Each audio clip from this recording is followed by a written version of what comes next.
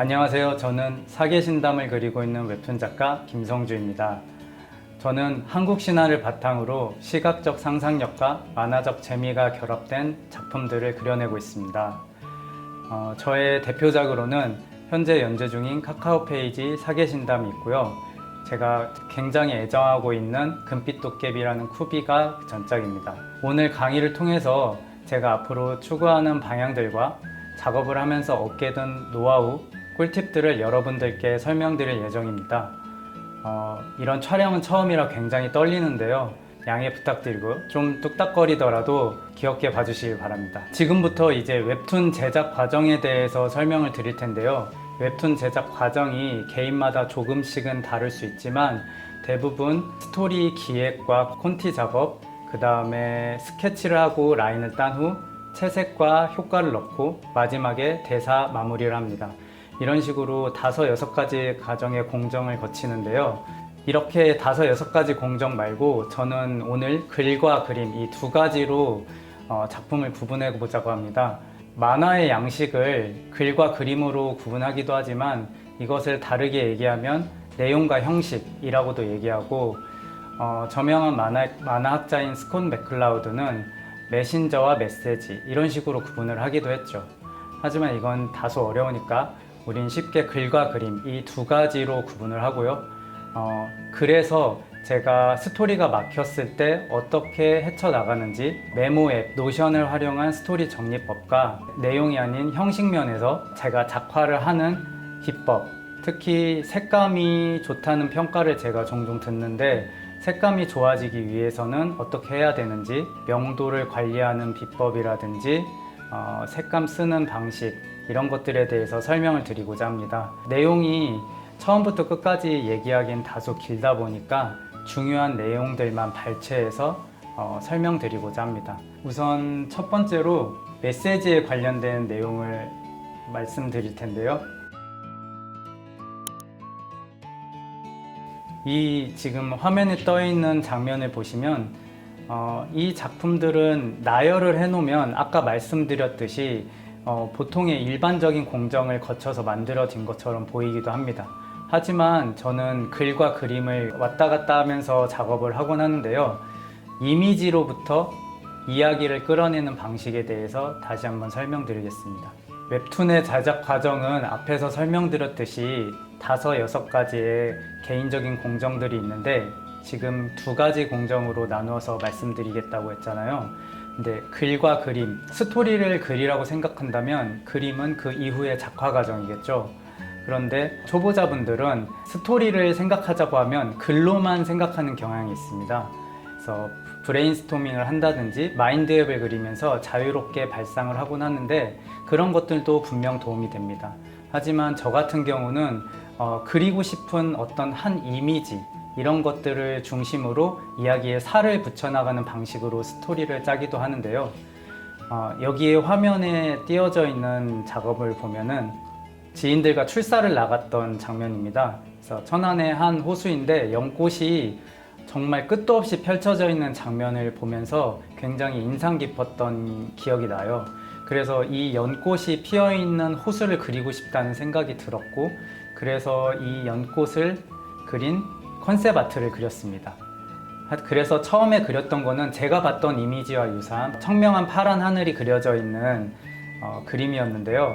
만화에 쓰기에는 다소 뭔가 심심하다는 생각이 들었습니다. 왜냐하면 이 작품에 쓰였던 배경은 금빛도깨비 쿠비라는 작품인데 도깨비 나라의 환상적인 이미지를 보여주기 위해서 기존의 푸른색이라고 하는 하늘의 고정관념으로 보일 수 있는 색을 벗어나서 노을진력 또는 굉장히 아름답게 보일 수 있는 인상의 색을 곁들인 이런 핑크색 배경을 만들어내게 됐습니다. 그래서 이 핑크색 배경을 그리다 보니까 굉장히 재미있는 생각이 났는데요. 이 호수에 혹시 용이 살진 않았을까? 이 호수에는 뭔가 특별한 게 살고 있었을 거야 라는 생각이 들면서 용의 호수라는 이름을 지었고 용의 호수에서 이야기가 파생되어 이 4화 시퀀스를 다 그리게 되었습니다. 그래서 제가 과거에 봉준호 감독이 마더를 찍을 때 마지막 시퀀스에 고속도로에서 버스 안에서 춤을 추는 배우의 모습을 상상하면서 작품을 만들었다고 생각했는데요. 어떤 창작자는 자신이 꼭 그려내고 싶은 어떤 한 장면이 있기도 한 것 같습니다. 그래서 저도 어떤 경험하면서 인상적이거나 특별한 생각들이 떠오르면 그것을 이미지로 스케치해두고 그것에 살을 붙이면서 이미지에서 이야기로 바꾸는 그런 식의 작업들을 많이 하거든요. 그런 이미지에서 이야기를 끌어내는 방식은 우연적인 요소가 많기 때문에 다소 스토리를 글로 구성하는 것보다 방향이 우연적으로 돌아가는 경우가 많이 있습니다. 하지만 그런 디테일들이 살아있기 때문에 굉장히 개성적이고 특수한 스토리가 나올 수도 있거든요. 하지만 제가 꼭 이런 스토리 방식만을 사용하는 건 아니고 저에게 있어서 만화를 그린다는 것, 그 만화를 그리는 건 굉장히 고된 작업이잖아요. 그 고된 작업을 하게 되는 이유 중에 하나가 내가 매우 인상 깊게 봤던 장면 또는 의미 있는 경험들을 간직하고 싶다는 욕구에서 시작되는 것 같아요. 그래서 과거에 알타미라 동굴벽화나 라스코 동굴벽화들에 그려져 있는 그림들을 보면 그것을 내가 꼭 잡고 싶다, 그런 염원이 담겨져 있잖아요. 그래서 그 그림에는 과거의 주술적인 의미가 그림의 시작이었다고 말하는 분들도 계시는데요. 저는 그 부분에 일부는 동의하는 편이에요. 제가 경험했던 시간은 그 똑같은 시간은 다시 돌아올 수 없잖아요. 하지만 그거를 기억해내면서 그리는 과정이 저한테는 그 즐거웠던 인상, 의미를 되새기는 과정이고 제 마음속에 새겨넣는 작업이기도 한 것 같거든요. 그래서 그게 좀 더 커지고 살이 붙이면 만화가 되는 것 같습니다. 그래서 제가 어렸을 때부터 기억했던 이런 마음가짐을 만화를 그리면서 유지하기 위해서 노력하고 있습니다. 그리고 이렇게 이미지로부터 이야기를 끌어내는 것뿐만이 아니라 저는 언어에서 발상을 하는 경우도 많이 있는데, 빨리 말씀드리자면 사계신담에서 봄이라는 캐릭터를 설정할 때 처음에 추위를 많이 타는 소녀를 생각했거든요. 왜냐하면 제가 굉장히 추위를 많이 탑니다. 그래서 작업을 하고 있는데 너무 추워서 옷을 껴입어도 손이 붓고 자꾸 비염이 돋는 바람에 힘들었어요. 그래서 겨울이 없었으면 좋겠다 이런 생각을 했었는데 거기에서부터 이야기가 시작된 것 같아요. 그래서 겨울을 싫어하는 어떤 한 소녀, 그렇기 때문에 봄을 기다린 소녀인 봄이가 나왔고, 그렇지만 그 겨울 속에 갇혀있는 소녀는 아직 봄의 상징인 나비가 되지 못해서 꽃이나 애벌레로 생각을 했어요. 그래서 봄이라는 캐릭터는 애벌레 같은 회색 패딩을 항상 입고 있어요. 그래서 그 회색 패딩을 벗고 나비가 되는 것이 봄이가 성장하고 사랑을 찾는 어떤 이야기가 언어가 스토리가 되어가는 과정, 그렇게 생각을 했거든요. 그래서 저는 이렇게 이미지로부터 이야기를 끄집어내기도 하고 어떤 한 단어로부터 이야기를 끌어내기도 하는데 둘 다 중요한 건 뭐냐면 제가 확실하게 이렇게 꽂혀있는 무언가가 중요하다는 거예요. 그래서 그 꽂혀있는 무언가로부터 실을 끄집어내듯이 이렇게 하나하나 이야기를 풀어나가 보면 거기에서 굉장히 쓸모있는 이야기도 있고 때론 엉켜서 쓸 수 없는 이야기도 있어요. 그런 것들은 잘라서 다른 이야기에 갖다 붙이기도 하고 때론 폐기하기도 하죠. 그래서 그런 식으로 이야기를 설정할 때 제가 주제를 생각하고 이야기의 주제를 말하기 위해서 작품을 만드는 것도 매우 의미 있는 일이라고 생각해요. 하지만 그런 주제성이 너무 강조가 되면 사실 프로파간다 같은 너무 웅변하는 내용의 만화가 될 수도 있기 때문에 과거에는 주제를 굉장히 중요하게 생각했는데 요즘은 조금 더 흩어져 있는 스토리에 매료되는 것 같아요. 제가 그림도 굉장히 흩어져 있고 에어리한 그림들을 좋아하는데 이렇게 또박또박 선적으로 그려진 그림도 물론 매력이 있지만 뭔가 신비롭고 상상하게 되는 그림들을 좋아하게 되는데 그런 이미지를 좋아하는 성향이 이야기에도 담겨지게 되는 것 같아요. 그렇다면 이야기를 이렇게 구성을 끌어내는 발상 단계 이후로 하나의 어떤 굉장히 구체적인 사건에서 이야기를 끌어냈지만 그런 것들이 스토리가 풀리지 않을 수가 있거든요. 스토리가 풀리지 않을 때는 어떻게 해야 되나? 그래서 제가 생각해낸 방법은 메모 앱을 활용해서 정보를 시각화하는 겁니다. 저는 어떻게 보면 굉장히 시각으로 생각하는 사람인 것 같다라는 생각을 해요. 제가 이 스토리가 막혔을 때 무엇을 생각했냐면 이야기는 어떤 구조를 가지고 있는 경우가 많잖아요. 그런 것들을 꼭 같지는 않지만 플롯이라고 말하기도 하고 이야기의 순서를 앞뒤를 재배치하기도 하고 이야기 안에 넣기도 하고 이러면서 이야기들을 정리를 해나가는데 제가 이야기의 명제 중에 굉장히 좋아하는 글이 있습니다. 이야기란 무질서한 인생에서 일어나는 수많은 사건과 행동, 감정들을 선택, 시간을 재배치하여 주제를 드러내는 일. 다소 딱딱하게 느껴질 수도 있지만 저는 이 이야기가 만화를 그리는 데 있어서 굉장히 많은 통찰을 준다고 생각하거든요. 왜냐하면 우리가 삶을 살아가는 인생은 정말 무질서하잖아요. 그렇기 때문에 사람들은 그 무질서한 것들을 어떤 하나의 의미나 감정으로 꿰어서 정리하고 싶어 하는 것 같아요.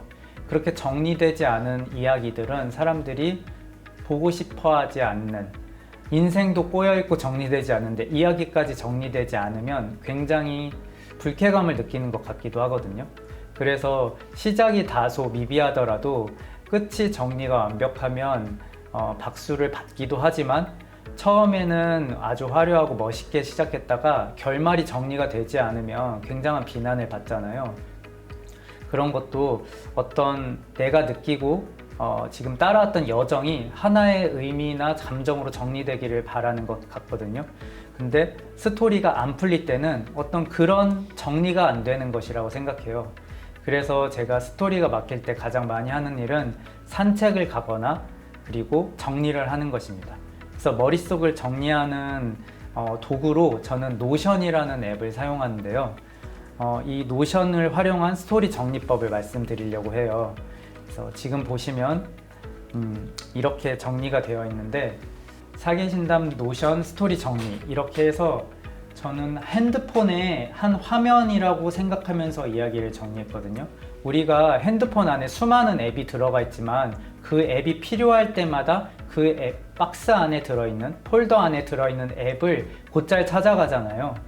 그래서 어떤 폴더 안에 폴더 이런 식으로 자기만의 카테고리를 나누어서 이야기를 정리하면 굉장히 빠르게 이야기를 찾을 수 있고 의미를 구체화할 수 있거든요. 처음에 보시면 저는 위에 제일 1층에 시놉시스와 어떤 기획서에 담긴 내용들을 적어놨어요. 노션으로 스토리를 정리한 예시를 한번 보여드리겠습니다. 어떻게 보면 제가 누구에게도 보여드리지 않았던 것을 이렇게 유튜브에 최초로 공개하게 되었는데요. 1층에는 작품 계획과 기획을 하고 있습니다. 그래서 시놉시스를 이렇게 한 줄로 적어놓고 이런 기획서 같은 것들도 인베드해서 자기가 볼 수 있고 필요하지 않으면 접어둘 수도 있습니다. 그래서 자기가 보고 싶은 깔끔한 시놉시스를 제일 위에다 적어 놓은 다음에 그 밑에 설정이나 소재 그리고 스토리의 갈등 분석 이런 것들을 정리를 해놨습니다. 그래서 이야기를 짤 때 설정과 소재는 굉장히 중요하잖아요. 그래서 이런 소재들을 모으다 보면은 정리가 뒤죽박죽 돼서 나중에 쓰기 어려울 때가 있습니다. 마치 어지러운 방에서 가위를 못 찾는 것처럼 가위를 항상 제자리에 두면 쉽게 찾을 수 있는데 그것을 제자리에 놓지 않으면 찾기 어렵잖아요. 그런 것처럼 설정 및 소재에 자기가 카테고리마다 자기가 필요한 그 내용을 정리해 두면 굉장히 유용합니다. 그리고 작품 분석은 작품이 들어가기 전에 이전에 흥행했던 이와 유사한 영화나 만화들을 분석해보고 이것들이 왜 잘 됐는지 또는 왜 실패했는지를 제 나름대로 분석을 해보면서 작품을 뼈대 또는 방향을 좀 잡아가는 과정입니다. 그래서 이런 제 나름대로의 노트를 이 두 번째 단에 배치를 했고요. 그 다음에 제가 가장 중요하게 생각하는 것 중에 하나인 캐릭터. 만화는 어떻게 보면 캐릭터랑 굉장히 관련이 깊잖아요. 캐릭터 시트를 이렇게 시각적으로 보여주고 인물 관계도도 맨편에 뒀습니다. 이 인물 관계도는 굉장히 중요한 것 중에 하나인데 이 이야기의 중요도에 따라서 인물의 크기를 배치하는 게 중요하다고 생각하거든요. 그래서 이야기에 있어서 중요한 인물은 시각적으로도 큰 면적을 차지하고 이야기에서 작은 위치를 차지하는 캐릭터들은 작게 배치를 해서 이야기에 얼만큼 관여를 하고 힘을 주고 있는지 그런 것들을 시각적으로 표현한 겁니다. 가끔씩 캐릭터가 내 마음대로 안 된다 이런 얘기들을 하잖아요. 제가 과거에도 그런 경험을 했었는데 이 캐릭터가 제가 생각했던 것보다 매우 인기가 많았던 캐릭터가 있었어요. 근데 그 캐릭터를 늘리고 싶은 욕구가 생기더라고요. 하지만 그 주인공이 아닌 조연의 몸집을 키웠을 때 상대적으로 주인공의 몸집이 작아지는 이야기의 중요도에서 줄어드는 그런 상관관계가 있게 되는 거죠. 그래서 이 캐릭터가 매력이 있지만 이야기의 메인 플롯에서는 몸집을 키우면 안 되겠다라고 생각을 해서 이야기를 결말을 바꿔서 그 조연은 역할을 축소시키고 주인공이 더 활약할 수 있게 이야기를 바꿨고 결국에는 그게 결말로 매끄럽게 이어질 수 있는 교두보 역할을 했거든요. 그때 굉장히 그 선택이 잘했다고 생각을 했는데요. 제가 보통 콘티를 4회에서 8회 정도 짭니다. 왜냐하면 한 화씩 짜다 보면은 그 캐릭터가 몸집이 커졌는지 어떻게 돌아가고 있는지를 알기가 어렵거든요. 그래서 이야기를 짤 때는 너무 급하다 보면 어쩔 수 없이 하나씩 마감을 하기도 하죠. 하지만 웬만하면 4화에서 8화 이런 정도로 콘티를 짜서 한 달 단위로 마감을 하는 게 좋다고 생각합니다. 그래서 인물 관계도에서 전체적인 힘과 균형 그리고 둘이 대립관계인지 조력자인지 이런 것들을 시각적으로 표시를 해놓고요. 그리고 여기 옆에 있는 갤러리 페이지에 보면은 주인공들의 이런저런한 사소한 얘기 또는 이미지 그런 것들을 큐레이팅 해놓은 갤러리가 있습니다. 그래서 이런 것들을 하나하나 찾아서 들어가면 좀 더 구체적으로 들어갈 수 있는 거고요. 그리고 이제 그 밑에 단에는 사계신당 화별 줄거리 해서 기승전결 이런 식으로 나누던지 아니면 처음 중간 끝 이렇게 3단으로 구성을 해서 이야기를 짜놨습니다. 그래서 이 이야기에 들어가면은 어떤 한 흐름이 되는 이야기가 쭉 있고요. 이 이야기는 템플릿으로 만들 수 있습니다. 그래서 템플릿을 미리 만들어 놓은 템플릿에 스토리를 짜기만 하면 되는데요. 그 템플릿에 어떤 내용이 담겨 있냐면 첫 번째로 제목, 화수와 제목을 적고 흥미, 재미 요소를 첫 번째 적습니다. 이번 화에서 독자들이 느낄 만한 흥미나 재미 요소가 무엇일까? 이거를 하나의 명제처럼 위에 적어두고 두 번째로 이해와 정보 전달 영역을 씁니다. 이야기를 발전시키려면 감정도 중요하지만 정보를 전달해야 되는 부분이 분명히 있거든요. 근데 정보 전달만 하기 위해서 이야기의 단락을 구성하면 지루하고 재미가 없기 때문에 어떻게 흥미 요소를 주면서 정보를 전달을 할 수 있는지 이거를 중점적으로 생각을 하거든요. 그래서 이거를 하나의 명제처럼 딱 포스트잇으로 붙여놓듯이 위에다 써놓고 그 다음에 이 밑에 단락 3개, 시퀀스 3개 정도를 적어 놓습니다. 그래서 보통 웹툰 1화에 2개에서 3개 정도로 저는 짜는데요. 아주 세세하게 시나리오 같이 대사나 이런 것들을 적어두지 않고 그냥 이야기의 흐름대로 트리트먼트 식으로 이야기의 단락단락 중요한 감정이나 사건 위주로 생각나는 대로 적어갑니다.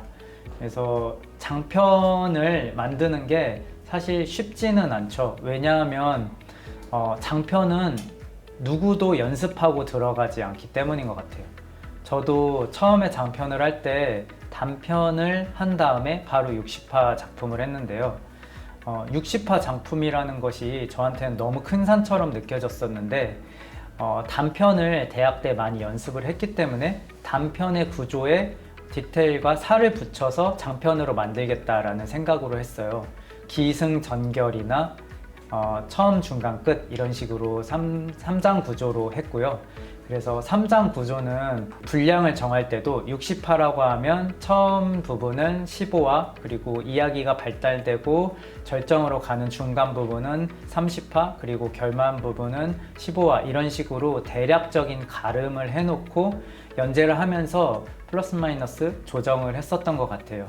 액션 만화 같은 경우는 끝이 좀 다소 급작스럽게 끝나더라도 사건이 해결이 되면은 이해를 해주시는 부분들이 많이 있는데, 특히 감정이 많이 들어가 있는 부분에서는 전 충분한 여운을 줘야 된다고 생각하기 때문에 마지막 부분에 힘을 쏟아서 신경을 써서 작화를 할 에너지와 분량을 남겨놓습니다. 그렇게 해서 이야기의 단락 구성을 하고요. 그래서 이런 식으로 지금 3층으로 이야기 구성을 해서 시각적으로 한눈으로 이렇게 볼 수 있게, 마치 우리가 핸드폰에 가면은 핸드폰 안에 폴더 안에 아이콘들이 있잖아요. 그리고 바깥에는 자주 쓰는 아이콘들이 구성되어 있고, 그런 것처럼 스토리도 제가 중요하게 생각하는 거나 자주 들어가는 것들에 대해서는 쉽게 볼 수 있는 부분에 배치를 해놓고, 조금 덜 보지만 언젠가는 꼭 봐야만 하는 것들은 폴더 안에 집어넣어서 나중에 쉽게 찾을 수 있게 수납을 해 놓는 겁니다. 그래서 저는 이 노션이라는 앱과 에버노트라는 앱 두 가지를 쓰는데요. 에버노트는 좀 서랍이 없는 어떤 큰 바구니라고 생각을 해서 자료들을 막 스크랩하고 자유롭게 이야기를 써서 적어 놓는다면, 노션 같은 경우는 체계화하고 구조화하고 정리를 하는 어떤 오거나이저나 수납함 같은 느낌의 앱이거든요. 그래서 똑같은 메모 앱이지만 굉장히 다르기 때문에 사용을 해보시면서 특장점에 맞게 스토리를 짜실 때 구성을 해보시면 좋겠습니다. 그리고 이제 두 번째로 그림에 관련된 형식이라고 할 수 있죠. 스콧 맥클라우드는 메신저라고 얘기를 했는데, 이 그림에 대해서 얘기를 해볼게요. 그래서 제가 처음 설명드릴 거는 웹툰을 위한 채색 연출과 기술, 이론에 관련된 부분이었는데, 이 이론이 적용이 된 실습 과정들을 영상으로 제가 찍어 왔습니다. 이 영상들을 보여드리면서 저와 함께 어떻게 하면 채색을 잘 할 수 있는지 알아보도록 할게요. 일단 제가 웹툰을 위한 채색 연출과 기술 이런 식으로 이야기를 적어놨는데, 좀 다소 딱딱하지만 이론 부분이죠. 그래서 이 이론 부분을 처음부터 끝까지 다 설명하는 게 아니라 예제를 우리가 시연작을 보면서 그때그때 필요한 이론들을 찾아가서 추가 설명을 하는 방식으로 하겠습니다. 과거의 만화에서는 색이 없었죠. 이 펜을 하나 가져왔는데, 이렇게 펜으로 직접 그리던 그런 세대였는데, 그때는 색이 그렇게까지 중요하지 않았지만 2000년대 이후 웹툰이 들어서면서 만화에 색이 생기기 시작했습니다. 하지만 채색이라는 것을 연출에 있어서 중요하게 생각하지 않는 경향이 있는 것 같다고 느꼈어요. 왜냐하면 주간 마감을 하다 보면은 라인을 따고 밑색을 붓고 하다 보면 시간이 정말 없거든요. 주간 마감이라는 것이 굉장히 타이트하고 유동성이 있기 때문에 마지막에 채색이 되는 부분, 효과를 주는 부분에서는 대충 하고 대사를 쓰게 되는 어쩔 수 없는 경우가 생기는 것 같아요. 하지만 이게 제작 공정상에서의 뒷작업일 뿐이지, 우리가 영상이나 영화 같은 작업을 생각해 보면 조명을 다 세팅하고 거기에 어떻게 조명을 줄 건지, 그리고 카메라 앵글을 어떻게 줄 건지, 색감을 줄 건지를 같이 촬영을 하면서 하잖아요. 한마디로 미장센 안에 들어있는 연출의 영역인 겁니다. 그런데 채색이라는 거는 그냥 기술적인 부분으로 오해하고 있는 경우도 있는 것 같아요. 그래서 저는 그것을 잊지 않기 위해서 채색 연출이라는 말을 저 스스로 쓰는데요. 채색은 단순히 색을 채워서 하는 기술적인 부분이 아니라 연출의 한 영역이다, 이렇게 생각을 하고 있습니다. 그래서 과거에는 색이 없더라도 선만으로 만화를 완성했던 역사가 있기 때문에 만화는 선의 예술이라는 얘기가 있지만, 웹툰에서는 채색이 그만큼 중요해졌어요. 그래서 오늘은 제가 채색을 하면서 제가 느꼈던 노하우들을 좀 설명을 드리려고 하는데요. 전달력을 높이는 채색을 하려면 제가 첫 번째로 시선 교통 정리하기, 그리고 명암 디자인, 명도에 관련된 것이죠. 그리고 세 번째로 양날의 검인 블랙을 다루는 법, 마지막으로 색 고정관념 버리기, 이렇게 네 가지로 추려왔거든요. 이 내용을 설명하기 전에 예제를 보면서 이론들을 설명해 드리도록 하겠습니다. 제가 영상을 녹화해 왔는데요. 굉장히 오랜 시간이 걸리기 때문에 이거를 한꺼번에 다 이 자리에서 시연을 할 수는 없을 것 같아요. 그럼 이제부터 시연 영상 보면서 설명드리도록 할게요. 화면을 보시면 지금은 스케치와 라인까지 되어 있는 상태고요. 이 라인을 스태프분이 밑색까지 작업이 되어 있습니다. 그래서 이렇게 밑색이 작업이 되어 있는데, 이 밑색을 하고 본격적인 작업을 하기 전에 제가 연출 의도를 적어 놓습니다. 이 장면 같은 경우는 주인공인 동장군 기백과 보미가 서로의 마음을 확인하는 굉장히 중요한 씬이거든요. 그래서 공을 많이 들이기도 해야 하고 전달해야 될 시각적 정보들도 많습니다. 첫 번째로 제가 생각했던 어떤 분위기나 무드는 신비로운 느낌, 그리고 둘이 마음이 통한 느낌, 그런 것들이 전달이 돼야겠다라고 생각을 했고, 이 배경이 밤이거든요. 밤에 어떤 하나의 등불, 빛처럼 내 마음속에 들어오는 그런 한 사람이라는 의미를 시각화하고 싶었어요. 그래서 동장군이 보미에게 사랑의 증표로 주었던 그 나비 브로치가 실제 나비처럼 움직이는 그런 모습을 연출하고 싶었거든요. 그래서 연출 의도를 적어 놓습니다. 채색에서 가장 첫 번째로 하는 작업은 분위기와 톤을 잡는 건데요. 일단 시간이나 때를 나타내는 환경적 분위기일 수도 있지만 어떤 감정을 나타내는 분위기일 수도 있다고 생각해요. 그래서 물리적인 공간, 또 어떤 정서적인 공간, 이 두 가지를 어떻게 구분해서 생각할 필요가 있는데요. 이 화면에서는 정서적으로 스며들어야 되는, 그 전에는 어떤 물리적인 배경이 있었다면 환상적인 배경으로 확 바뀌면서 마음을 시각화하는 장면이거든요. 그렇기 때문에 밤이긴 밤인데 똑같은 이전에 있었던 배경에서는 창살이 있는 창문이었는데 지금은 언어로 표현하자면 마음의 창 같은 의미가 되겠죠. 그래서 마음의 창을 이렇게 열고 한 줄기 빛처럼 나에게 다가오는 한 사람을 표현하고 싶었습니다. 어두운 밤하늘을 깔고 제가 미리 만들어 놨던 배경 소재를 깔았어요. 배경 소재를 깔고 모자란 부분들은 브러쉬로 터치를 해나갑니다. 제가 만들어둔 소재도 있지만 그 소재를 그대로 쓰기는 어렵거든요. 그래서 그때그때마다 리터칭을 해나가면서 분위기에 맞는 연출을 합니다. 밤이기 때문에 굉장히 어두운 조명을 사용하고 있는데요. 어두운 조명에 창문에서 새어 들어오는 하이라이트 빛, 이게 주 광원이 되겠죠.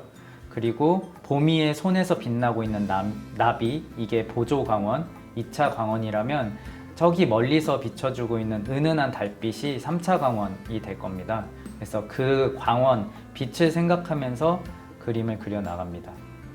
시선 교통 정리에 대해서 설명을 드릴게요. 화면에 두 그림이 있습니다. 어떤 게 더 눈이 편안하신가요? 제가 볼 때는 아래에 있는 렘브란트의 그림이 훨씬 더 시선이 편안한데요. 이것은 위의 그림이 예술적으로 가치가 없고 아래 그림이 있다, 그런 뜻이 아니라 시각이 어떤 것이 편안한가를 평가를 해주시면 될 것 같아요. 아래 그림 같은 경우는 굉장히 많은 사람들이 있지만 화면 가운데에 가장 밝은 빛이 비춰져 있고 그 다음에 뒤에 있는 소녀가 조명에 빛을 비춰져 있어서 그렇게 시선이 흐릅니다. 그 소녀를 거쳐서 나머지 뒤에 있는 인물들로 화면에 시선이 자연스럽게 빠져나가는데요.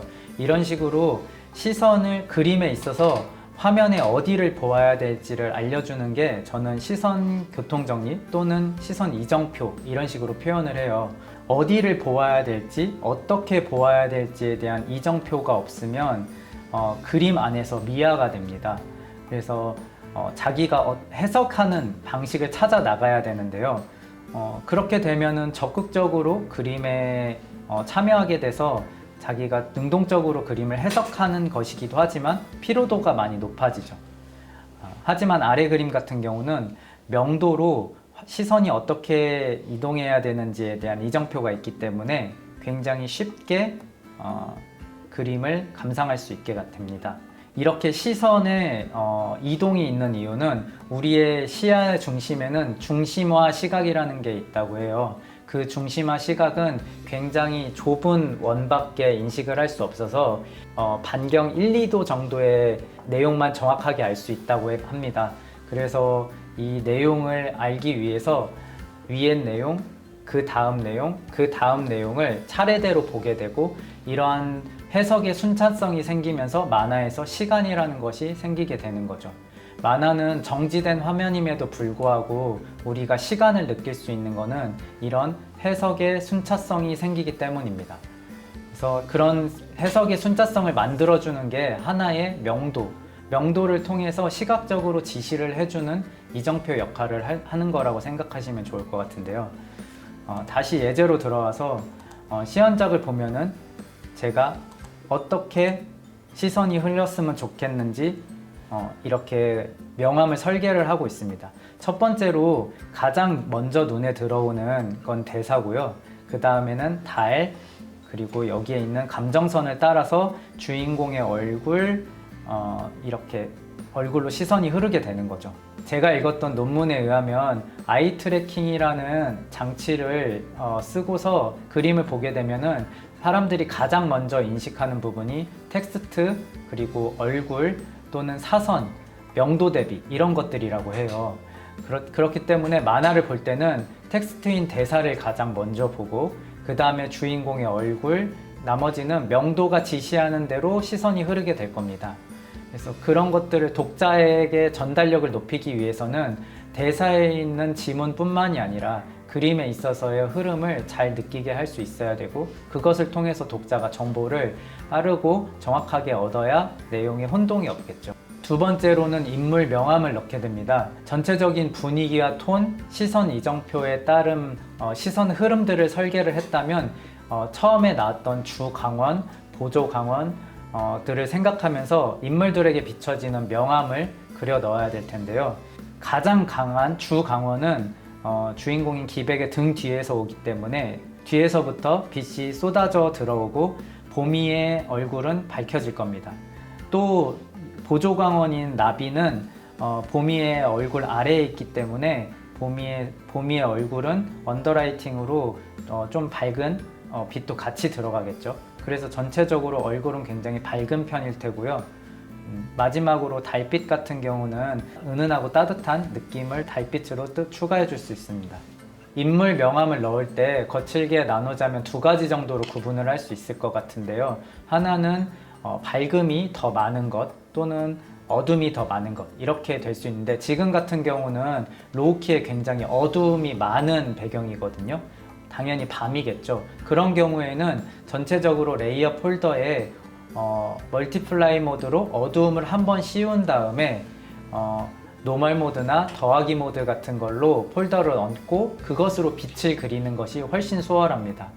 반대로 굉장히 밝은 하이키 그림 같은 경우는 그림자를 그려내는 게 더 빠르겠죠. 유화에서는 전자인 어둠에서 밝히는 방식을 많이 쓰고 수채화 같은 경우는 도화지가 하얗기 때문에 어둠을 만들어가는 후자 쪽 그림자의 명암을 넣어가면서 채색을 하는 방식을 많이 하게 됩니다. 그래서 여러분들도 밤인지 낮인지 로우키인지 하이키인지 선택을 하셔서 어두울 때는 전체적으로 한 톤을 깔고 밝음을 밝힌다고 생각을 하시고요. 밝을 때는 전체적인 톤을 잡은 다음에 어둠을 넣는 식으로 하는 게 훨씬 빠르면서 수월하게 작업을 할 수 있는 비법이기도 합니다. 그래서 지금 화면을 보시면 이렇게 광원에서 들어오는 빛들을 더하기 모드로 얹어서 표현을 했고요. 인물 명암을 공부하기 위해서는 사실 소묘를 많이 연습을 해야 되는 것 같아요. 제가 학창 시절부터 소묘를 많이 했었고 이렇게 채색에 많은 관심을 갖게 된 이유가 소묘의 재미를 붙이고 그 소묘에서 이어진 수채화, 이것에 흥미를 느끼게 되면서였거든요.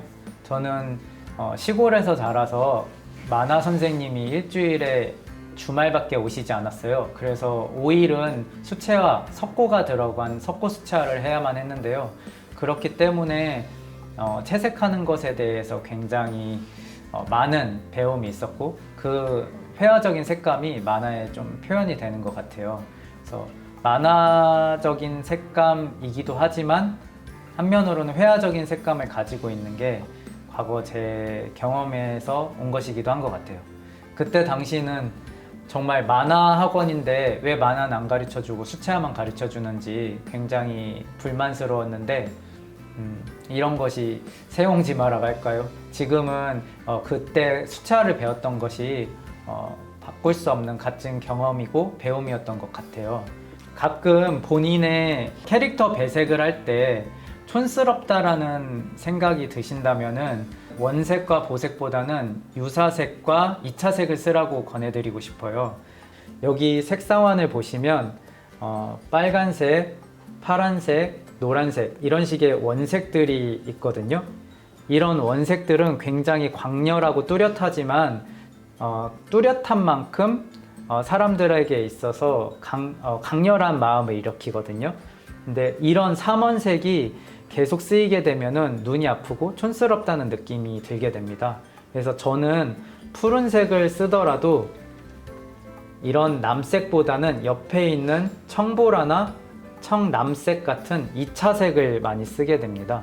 그래서 원색 같은 경우를 써도 괜찮지만 이런 원색을 쓸 경우에는 원색을 제일 메인 컬러로 쓰고 나머지는 무채색이나 유사색들로 배치를 많이 합니다. 그래서 포인트 컬러로는 보색, 여기 보시면 남색의 보색은 노란색이죠. 그리고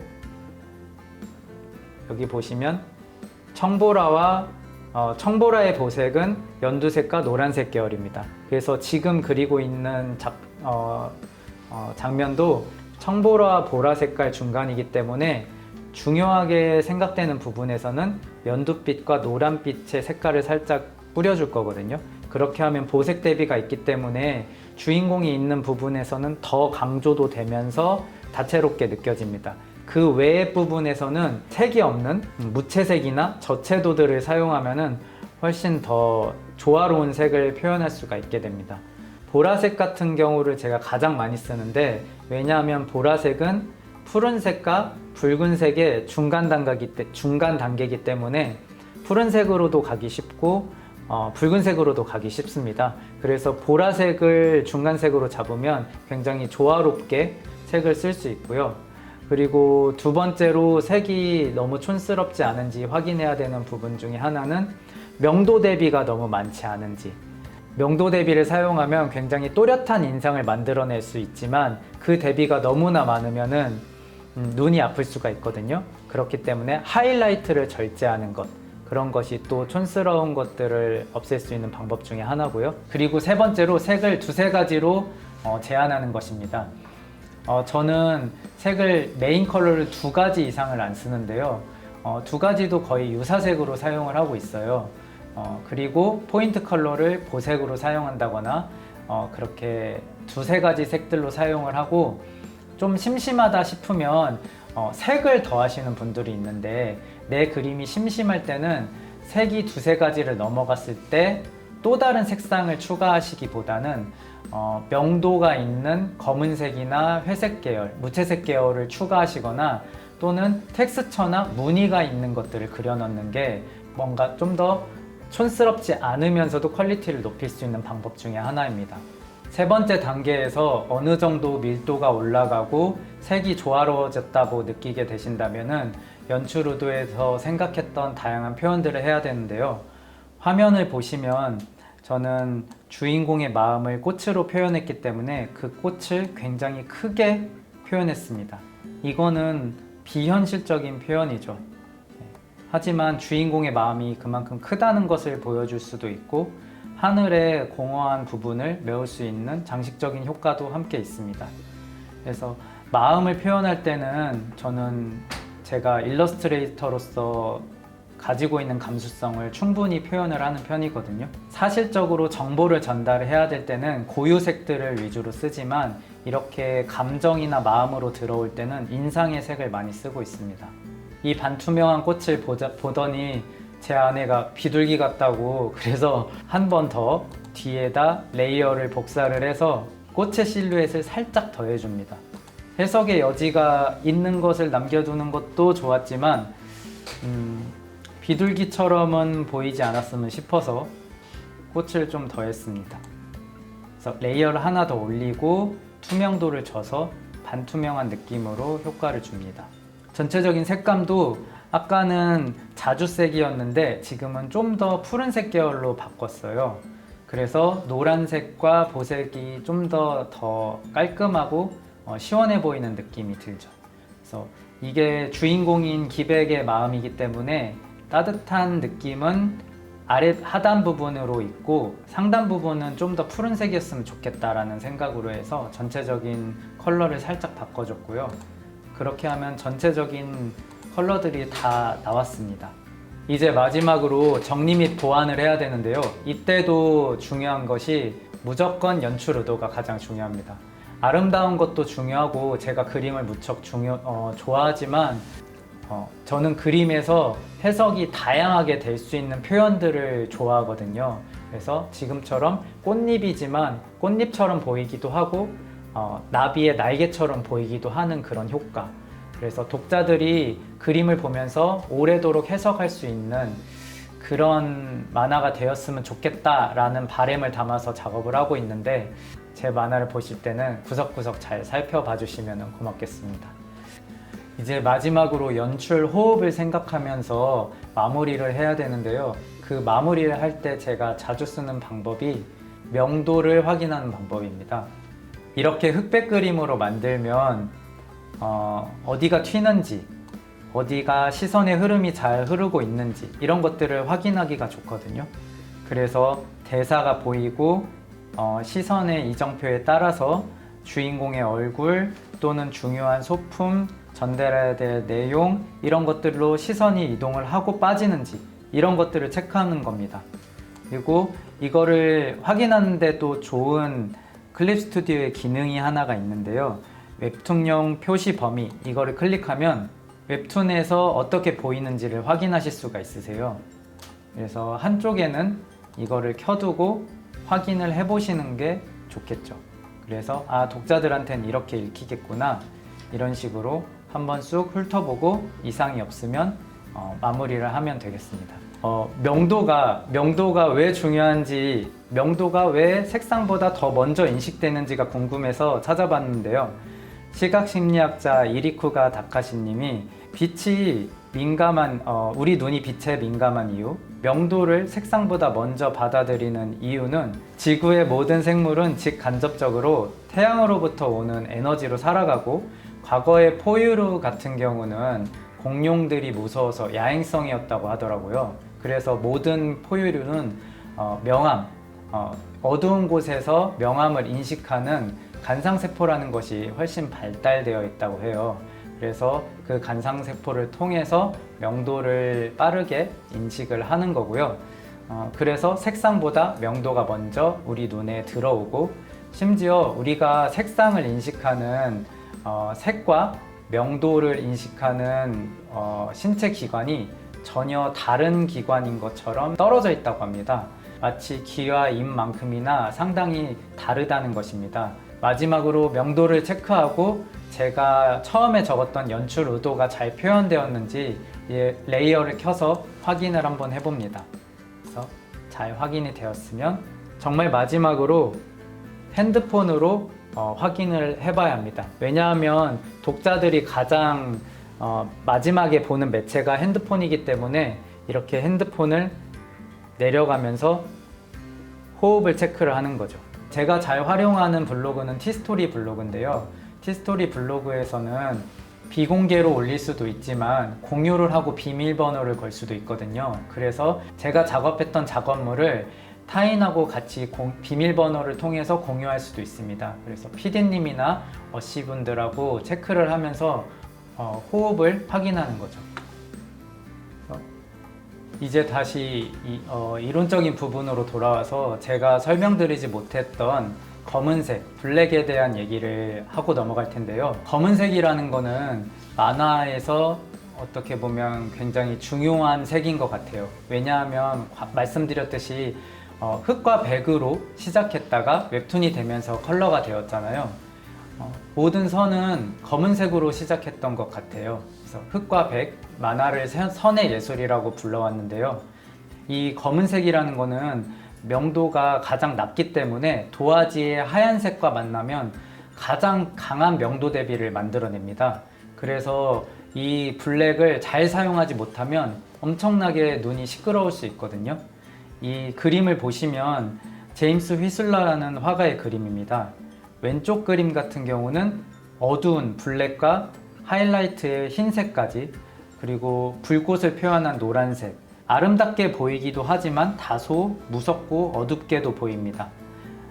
하지만 오른쪽에 있는 그림을 보면은 왼쪽에 비해 굉장히 평온한 느낌이 들죠. 검은색이 거의 없고 2차색과 고명도로 채색이 이루어져 있습니다. 같은 화가가 그렸는데도 굉장히 다른 느낌이 들죠. 그래서 블랙을 잘 사용하지 못하면은 눈이 시끄러우면서도 어두운 느낌을 낼 수 있는데요. 제가 이거는 군 시절에 그렸던 그림입니다. 요즘 그림은 제가 검은색을 많이 사용하고 있지 않기 때문에 예전 그림을 가져오게 됐는데요. 지금 펜터치를 보시면은 앞에 있는 그림은 굉장히 안부가 어둡게 칠해져 있는 것을 보실 수 있습니다. 그리고 뒷부분은 좀 선화로 되어 있는데 이 뒷부분에 선화 있는 부분을 살짝 가려보면 앞뒤가 없어지면서 그림이 굉장히 눈이 아프고 자극적으로 되거든요. 그렇기 때문에 이런 여백의 기능을 하는 숨통을 틔워주는 부분이 없이 모든 부분에 검은색을 다 채워넣는다면 거리감이 없어지고 언근감이 없어지면서 답답한 그림이 됩니다. 아래 그림을 보면 그런 답답함을 없애기 위해서 뒤에 있는 숲 같은 경우는 굉장히 최대한 밝게 칠했고, 비교해 보시면 뒤에 있는 둥지의 검은색 명암을 밝게 처리했습니다. 그래서 공기연근법처럼 멀리 뒤로 나가 보이게 표현을 했고, 앞에 있는 부분은 확 당겨져 오면서 중간중간에 나뭇잎 사이로 들어오는 빛들로 경쾌함을 주었죠. 그런데 이렇게 블랙이 많은 그림에서 조심해야 되는 부분이 아래처럼 채도가 높으면 순간적으로 눈이 아파집니다. 그러니까 저는 표현하기를 굉장히 시끄럽다고 표현을 하는데요. 우리가 노래를 할 때도 뒤에 있는 하모니가 앞으로 튀어나오면 안 되잖아요. 그런 것처럼 후경도 잔잔하게 하모니처럼 깔려 있어야 되는데 후경이 솔리스트처럼 앞으로 나와버리면 그림이 엉켜버리거든요.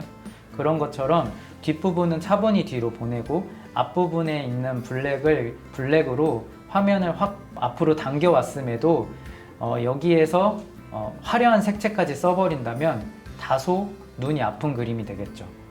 사실 미감이라는 거는 주관적이기 때문에 누군가는 이런 화려한 색채를 또는 이런 시끄러운 음악 같은 그림을 좋아하실 수도 있거든요. 하지만 저는 좀 잔잔하면서도 묵직한 그런 느낌의 그림을 좋아해요.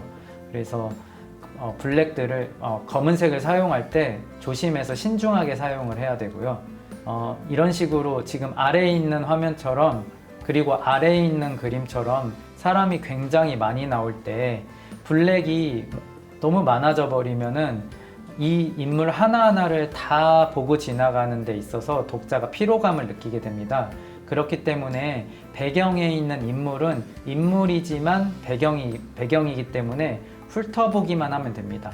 있다 정도로만 느끼고 이 배경의 인물은 하나의 인물이 아니라 사람이 많다라는 정보로 인식돼야 되기 때문에 공기연금법을 통해서 뒤로 멀리 보내고 앞에 있는 주인공이나 근경에 있는 캐릭터들은 어둡게 하거나 블랙의 명도 대비를 사용해서 앞으로 끄집어내는 거죠. 이렇게 하면은 많은 다인원의 그림에서도 눈이 편안하면서 시선을 어디로 두어야 될지 제가 말씀드렸던 시선 이정표가 생기고 독자가 그림을 봤을 때 미아가 되지 않을 수 있습니다. 그럼 마지막으로 색에 대한 얘기를 이제 와서 하게 됐네요. 지금까지 명도에 대한 얘기를 한 이유 앞에 설명드렸었잖아요.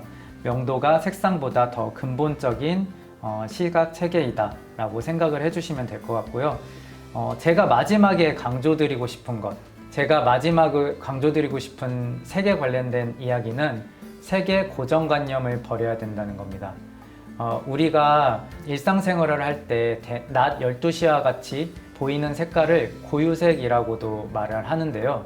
그런 색을, 낮에 있는 색을 물체의 색으로 생각하게 되면은 색에 대한 고정관념이 생깁니다.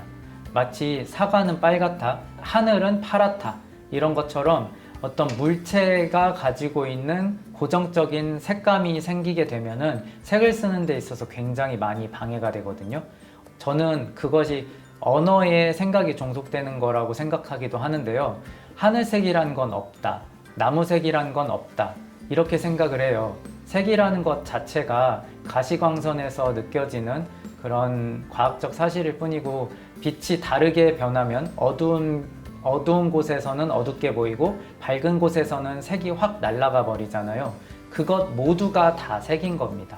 그렇기 때문에 사과는 빨갛다 라는 고유색으로만 너무 강하게 생각을 해버리면 색을 쓰는 데 있어서 다소 딱딱한 색을 쓰게 됩니다.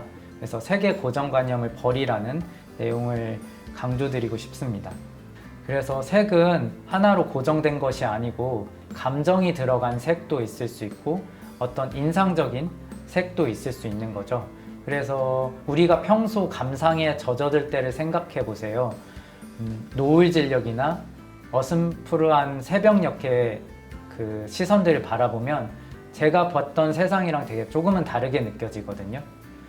전 특히 노을빛을 굉장히 좋아하는데 붉은색이었다, 핑크빛이었다 되게 다양하게 바뀌잖아요.